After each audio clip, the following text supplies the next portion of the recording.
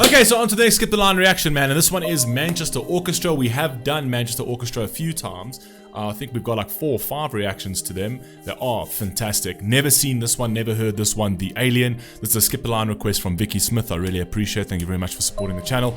And let's rock and roll, man. Let's get straight into this and see what this is about. Let's go. The lights were low enough, you guessed. You swapped your conscience with your father's medication.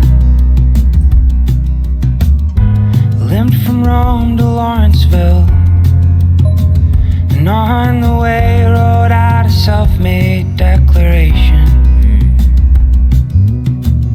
And when you got to Pleasant Hill, you forced the traffic to erase your family demons. And made a pact with you and God. If you don't move, I swear to you, I'm gonna make you. I made a pact with you and God, but if you don't move, I swear to God, I'm gonna make you. I'm gonna make you get out of this, right? So it's almost already playing into the family aspect and the family demon aspect, coming from hardships, coming from a hard upbringing, right? And then taking that on and saying that that's not the thing that's got to keep you down. You got to get rid of those demons so that you can stand up. But that but that pact with God, right, is like, if you don't move, I swear to you, I'm going to make you move, right? I'm going to make you push forward. This can't be the be all and end all of your existence. Cannot be your past. It cannot be. Your past is only there to serve as a pathway. It's only there to serve as a structure point for your future. That is all your past is there to do. It's not there for you to live there. The past, the reason we have memories are to remember our past for lessons, not for staying there. That's why we have a memory. Our memories are to say, that's where you came from, because that is going to help you reshape yourself to where you're going. It's a structure thing. It actually forms a structure for you that you can actually look back and say, that's what I don't like, that's what I need to fix, that's how I forge a better path. Like that. I swear to you, I'm gonna make you. Yes.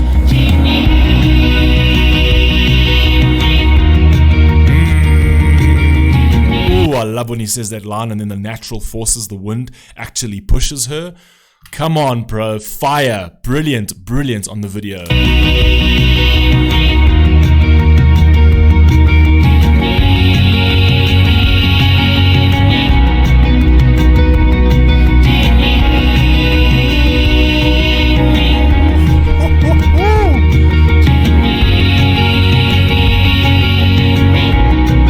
Beautiful, man. First officer arrived. It happened to be the high school bully of your brother. And when you finally recognized, you felt some guilt that you would even. The representation of the butterfly is absolutely beautiful, because even through hardships, you should be your. It's a yin and yang, right? Dark has a bit of light, light has a bit of dark. It's always going to be like that. That is the balance. That's the equilibrium of the world, right? And you wouldn't be able to appreciate the light without the dark, and you wouldn't be able to understand the dark without the light. It's just, it's part of that. But to actually bring, and it's great that it's going right past her face, right past her eyes, to actually bring that beauty into focus a little bit. Everything around her seems to be just terrible. Right? Everything's collapsed, everything's fallen. But the nice thing, the great thing about everything collapsing is that you can always pick it up. The great thing about anything that breaks is that you can always fix it. Right? That's the great thing. But how do you do that? By focusing on the beauty, by focusing on what you have and not what you don't have. Right? And that over there, even if it's a glimmer, even as something as small as a butterfly in the middle of all this chaos, right? Focusing on that butterfly might be the beginning point of something beautiful in your life, right? Focusing on something positive might be the beginning point. Even if it's something small that you hold on to, but you hold on to something, and you'll find that that something took you out of a storm, right? Beautiful, man. Love that representation in the video. You felt some guilt that you would even let him. And she's looking at it. Love it. Can you hear me? What's your name? You could not speak, just laid amazed at all the damage. As the high school's letting out, all the kids saying the same thing that they used. Great depiction over here with regards to the actual chess pieces, and chess pieces specifically is great because if you actually think of life is basically a chess game, right? And it's a chess game that is fair and unfair, but you can always control the narrative. At the end of the day, you control the next move at all times. You know if you're going to play your strategy 3 moves or 5 moves ahead of the next of your opponent or not, right? Or is he going to play 5 moves ahead of you? At the end of the day. So even if it all collapses, the representation of chess is fantastic because life is a game of chess. It really is a game of chess, and it's about your moves and when you take them and how you take them and how you conquer, right? How you conquer pawns, bishops, and kings.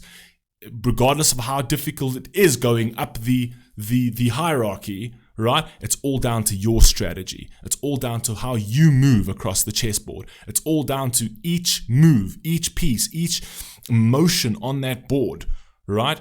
And again, which plays also back into the yin and yang with the black and white, which is fantastic. It's the perfect equilibrium at the end of the day, right? So I love the representation of the chessboard when speaking of a life that's in chaos.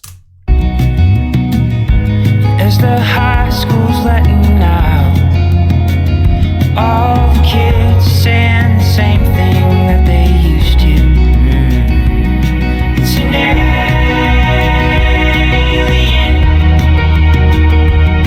It's an alien. It's an alien. It's an alien.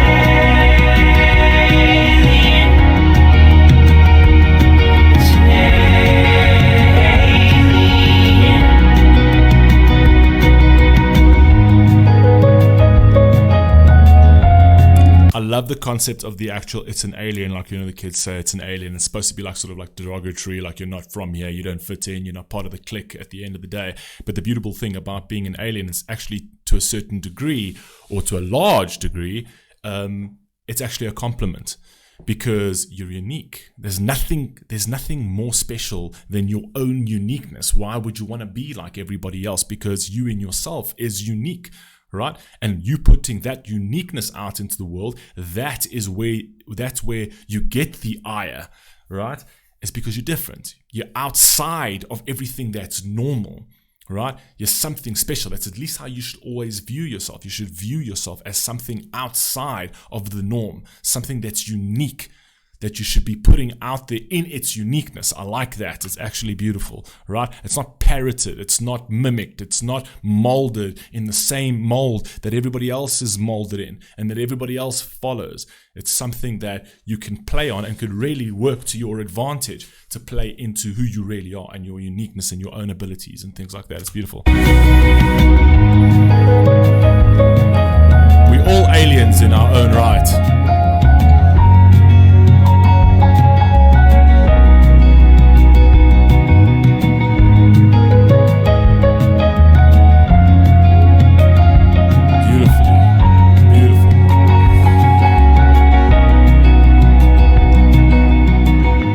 Lights are low enough, you guessed. Hospital food, there's beautiful representation of the that's come on, man. How can I not know the name of that sand time thing, man? What is that hourglass? Oh my god, what's wrong with me, man? Great representation of that hourglass over there. And it kind of plays into an hourglass is actually a really intricate thing. So like people don't really look into it as like it's just something of time, and it's great, and it's got many different sort of like analogies, and you can use them for many different metaphors. Essentially, as time slipping away slowly, right until it finishes and things like that. But also every single grain in that glass, right, can represent a specific hour or a specific day in your life, right? And every time, when you turn it around, it's kind of like my marbles analogy. Like if you had to calculate all of your days in your life and you had to just come up with a figure and say, okay, well, from now until, let's average it out, I'm going to live until about 80, right? Which is like the average. I've got, for argument's sake, 13,000 marbles. And I go and I actually acquire 13,000 marbles and put it into a massive jar. And then every single day that I live, every single day that I wake up, I take that one of the marbles out of that jar, and it looks like a ton of marbles. So it's like, hey man, I got plenty to life to go. So take a marble and throw it into the garden. And then the next day I'll take a marble, throw it into the garden. And the next day I do that and do that and do that. And before you know it, a visual representation of your life shows that you don't actually have much time left, right? What do you do? What that marble that you took out of there that day, what was done in that day? Right? That marble represents something. It represents something that you should acquire, attain, do better, improve every single day. Because before you know it, you're going to run out of marbles. And I kind of think like it's kind of plays into the same sort of metaphor as the hourglass. Although not many people look too deeply into that kind of thing. I'm just weird that I look into things like that. But obviously, time is fleeting, man. Life is fleeting. It's going, and it stops for absolutely nobody. And then it comes to a point where maybe you don't get to see out all of your marbles. Maybe the whole jar breaks and all of your marbles are gone in a day. You don't know at the end of the day.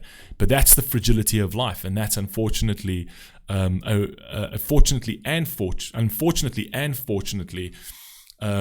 good way to actually sort of perceive it. It's like, yes, because from the moment you are born, you are busy dying, is why you have to live every day, right? In the best way. You play it as magnificently as you fucking can. And I know for the majority of us and for the majority of the world, that's not always, it's better said than done, but it's a good point to hold on to every single day, even if you can do it just a little bit, just incrementally, every single day, something better, improve something.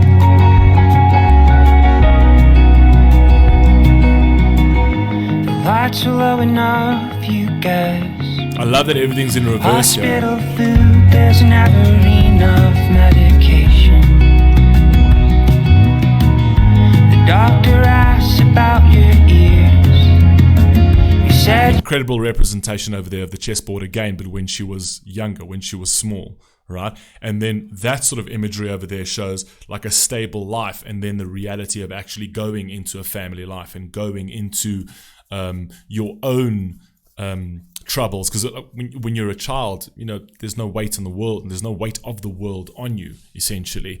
But then your world kind of gets shaken up, right? And you kind of do feel like an alien. You kind of feel like you're sort of outside of this the moment you do have a family and you have a kid to take care of, and you've got someone that you need to feed, and you've got someone who you need to nurture, and you've got someone who you need to impart values on, and you want to see them live out their life, within those values, so that their lives are beautiful and their lives thing. And when you feel like you're failing at that, it can sort of lead to a very sort of disruptive life for the child, a disruptive life for yourself, and everything seems to be collapsing around you, and you can feel like an alien in something that you don't really know how to tackle this, but that's how life is. That's how family is. At the end of the day, when I had my kid, I was like, I am alien to this. I don't know what is going to do. Am I going to be a good dad? Am I not going to be a good dad? I mean, this is like another life that I now need to ensure that I can bring up better than I was brought up, right? I need to make sure that this child has got more than I ever had. And sometimes you feel like you're not achieving that, and you're failing at that, right? And for some people, it can be so heavy that it actually, it causes like a complete storm in the household, because lots of other things start playing. Your own demons come in, your own guilt comes in, and things like that. So it can feel alien, and it can be very depressing at times. Hospital food, there's never enough medication. The doctor asks about your ears. You said your mom said you were made from a revelation. The revelation never it's a beautiful scares. video.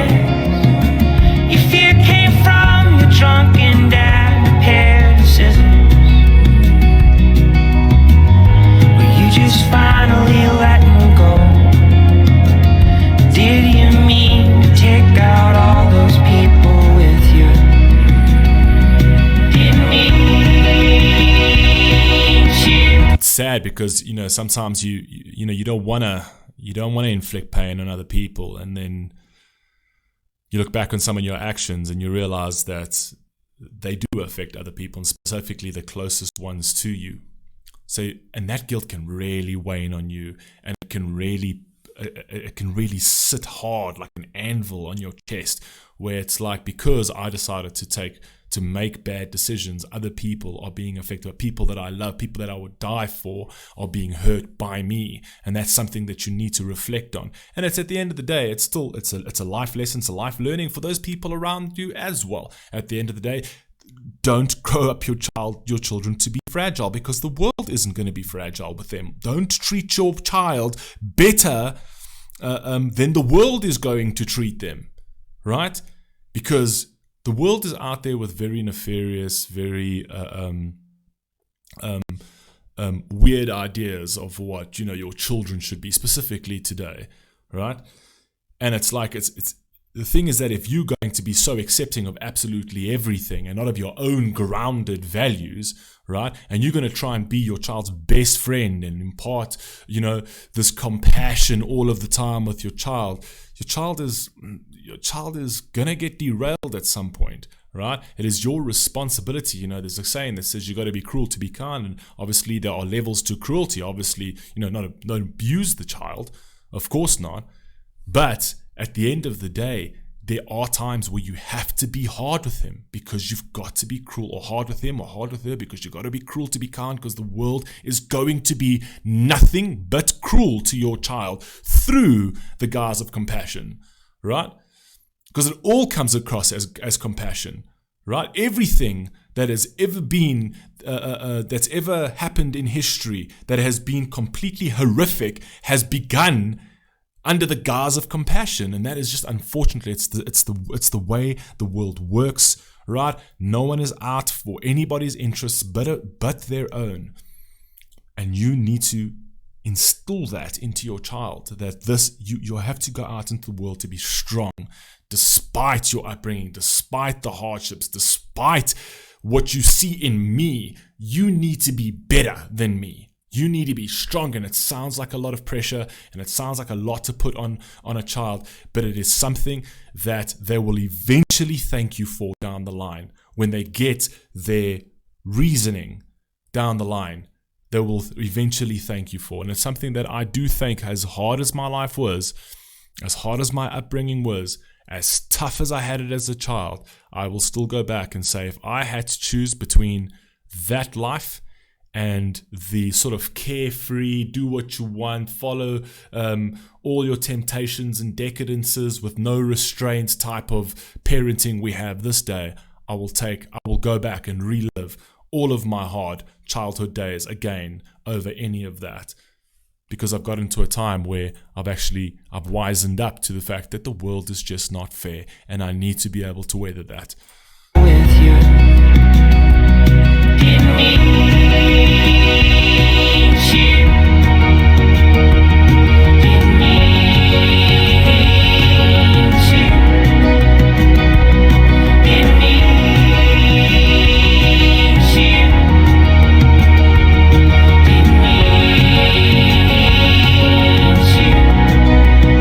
Oh, I didn't mean to. Oh, I didn't mean to.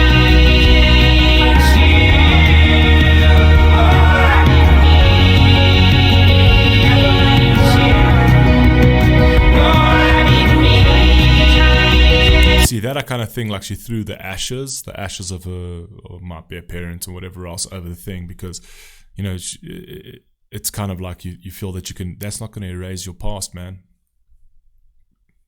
That exists. So it's almost like it's almost kind of a regretful song, in the sense of like, I regret all of these decisions, and I wish I could reverse this all. I could reverse all of those bad decisions, and I could reverse everything, and I could see that there was some beauty in what I had, even though if it was difficult and whatever else, there was still some beauty in it. There was still quite a lot of learning in it, right? Trying to erase that and destroy that isn't going to change anything.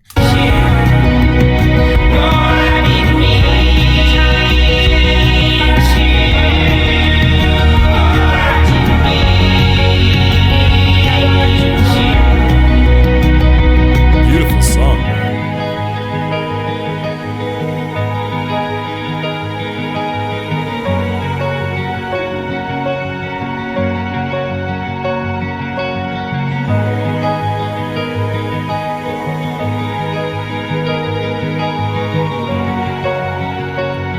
Pain can make you do a lot of things, man. Time is here to take your last amendments and believe them on your own. Time is here to take you by the hand and leave you there alone.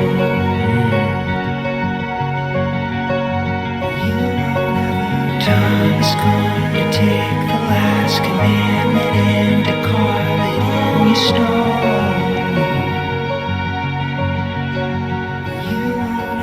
Time is going to take you by the hand and leave you here alone. Yeah.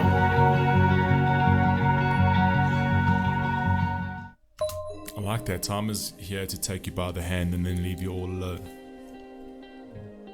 That's the tragedy of life, man, unfortunately. Beautiful song. I kind of feel like I might have been a little bit all over the show on this one in particular. But I think I got the notion of it, right? Specifically when it all getting played in reverse, just bad decisions, feeling like an alien in a world of responsibility, dealing with pain, dealing with guilt, and then that playing into anger and playing into memories of the past and things like that. And then, you know, that's what guides you, that's what sort of like dictated your bad decisions, that then got you to a place where everything was chaotic and you just wanted to destroy everything. But then playing it all back in reverse was a sense of appreciation, right? Because you're playing it backwards, kind of like going back and looking at the things that really meant something, not the things that didn't mean something. And those things were as painful as they were worth preserving, right? And it's kind of thing. It's also got the sense of regret in all of it as well. You guys let me know if I was anywhere within close shot of what the song meant. I'm not entirely sure, but you guys let me know. This was beautiful. Love this track. I'll catch you in the next one. Peace.